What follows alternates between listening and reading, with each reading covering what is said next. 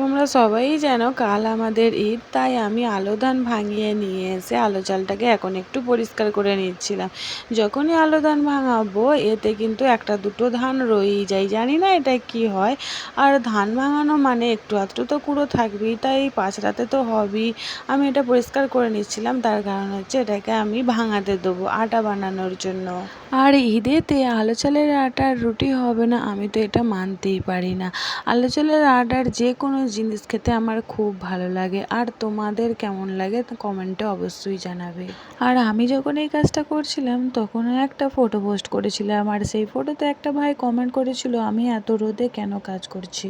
প্রথমত বলতে চাই আমি রোদে বসিনি, আমি ছাওয়াতেই বসেছিলাম। পরে কিন্তু রোদ চলে আসে, আর এখন যা ওয়েদার চলছে সকাল হওয়া মানেই দুপুর, চারিদিকে রোদে পুরো ছেয়ে যায়। ভাইটার কমেন্টের কথা বলার কারণ হচ্ছে ভাইটার কমেন্টটা ডিলিট করে দিয়েছে।